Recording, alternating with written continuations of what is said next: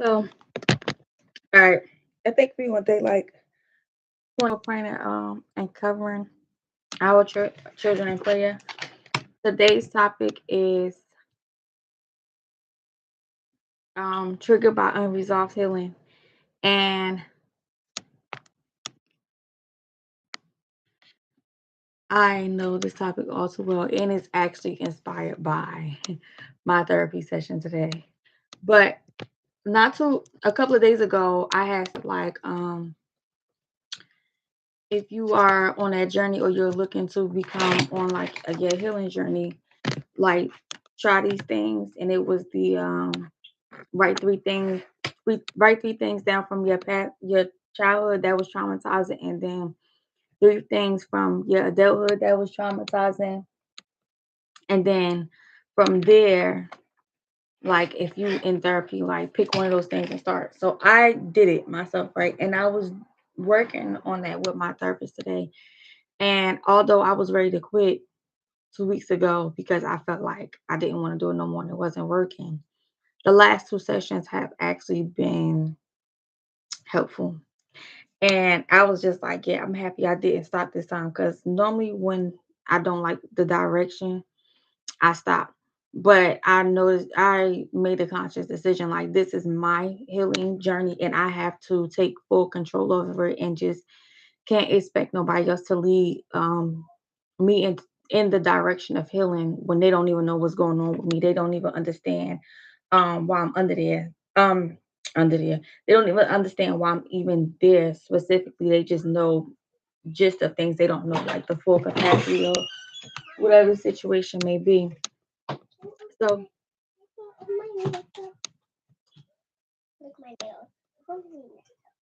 mhm.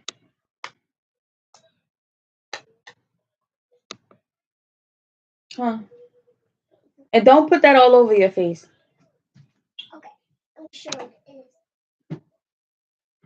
Um so anyway,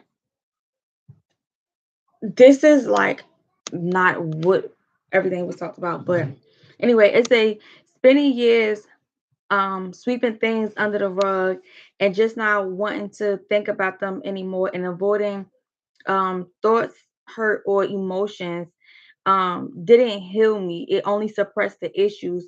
But now that I'm becoming more at peace and happy with myself, the things are coming back up more and more and even stronger than they were before. And you know how you think you left a situation, so now that it's over with, and it's like you forgave the people, places, or things, but the thoughts and stuff still come up. That's because although you forgave, you didn't heal. And sometimes it takes for you to heal in order for you to fully forgive. That's not everybody's case because I was able to forgive without fully healing. It doesn't, it's like I don't have anything against anybody. It's just I never actually um dealt with it. Or I actually never dealt with like my feelings or my emotions towards the situation.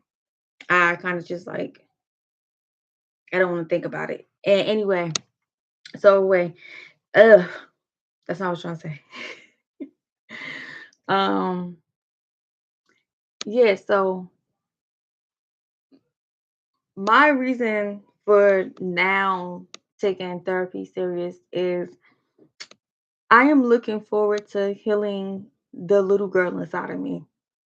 And actually wanting to live and not just survive. Like I don't want to be in a state where I'm just surviving. Like I actually want to live and enjoy life and be happy and not pretending to be happy. I'm I'm in a happy and peaceful state, but I know getting all of that out and talking about it is going to actually heal me. So I won't have that anything hidden inside of me. Everything's actually going to be out.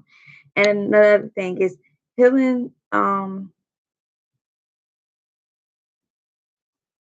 healing some of the things healing some of the parts of you that's holding you back so you can finally feel relief. I promise you, the last two therapy sessions that we had, um, I was having real bad anxiety, and that has like calmed down way more than what it was.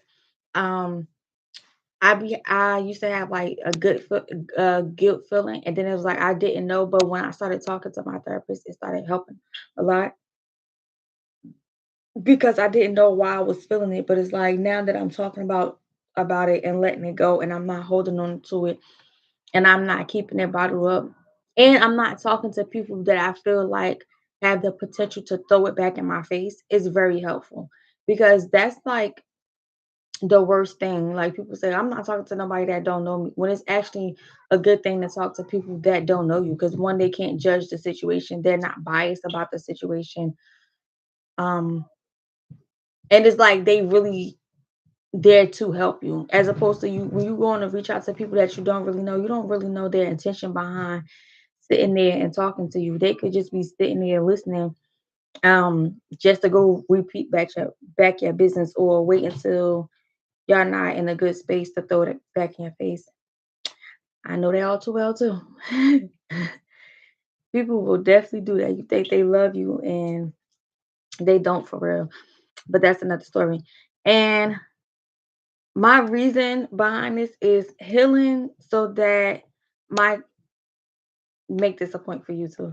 Heal so that your children or your child or your future children won't have to suffer through your emotions or you not being physically able to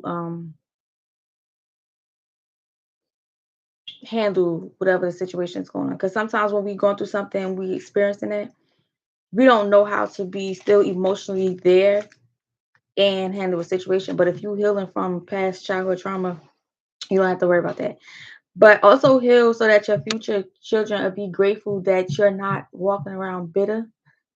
You're not walking around with unforgiveness because when children normally pick up certain behaviors and actions behind you. Let me give you an example. My 4-year old, she sees me every morning get on my knees to pray. I was sitting on my beanbag and I looked up and she was sitting on her knees to pray. That's the same exact thing with bad emotions and bad actions. You can be displaying that in front of a child and they're going to pick up on it. Even if you're not intentionally trying to teach them that, they pick up on that regardless. So anyway, one of the things that often come to my mind, this is why I'm telling y'all, like, be serious about it, is the fact that before I really healed, my first child had to go through everything with me. She had to experience everything, more bad than good, until up until now, and she's 12 years old.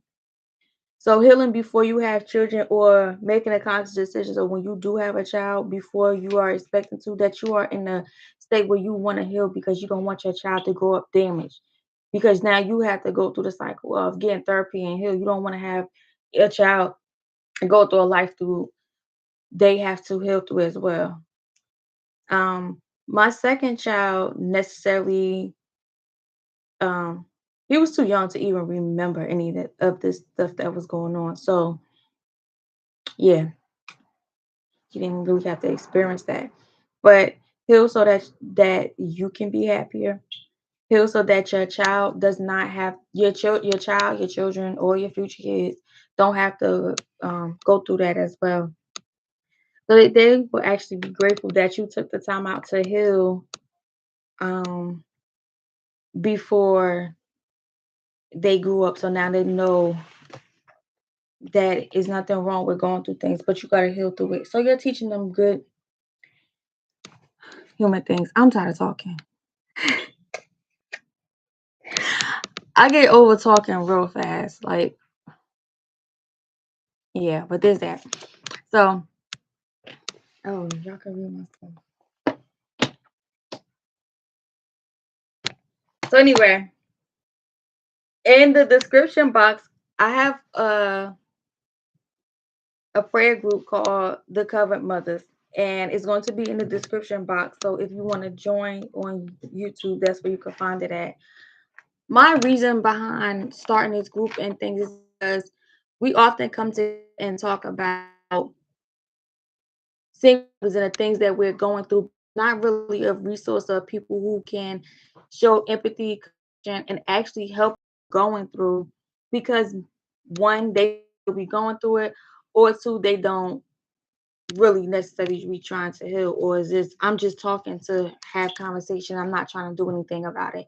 This is a group where we're constantly praying. So it's prayer one time a week, and it's like a bi-weekly discussion of whatever the topic may be at hand. But it's also resources inside of it to help you get organized um with your life, help you with I mean life, I mean like being a mother and doing it by yourself.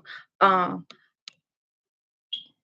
like a guide to help you with like covering your children and praying for them and interceding for them is that, and then it'll be like master classes going forward. So anyway, that's that. If you would like to sign up, it's going to be in the description on YouTube. I want to pray and then I'm leaving. I need her.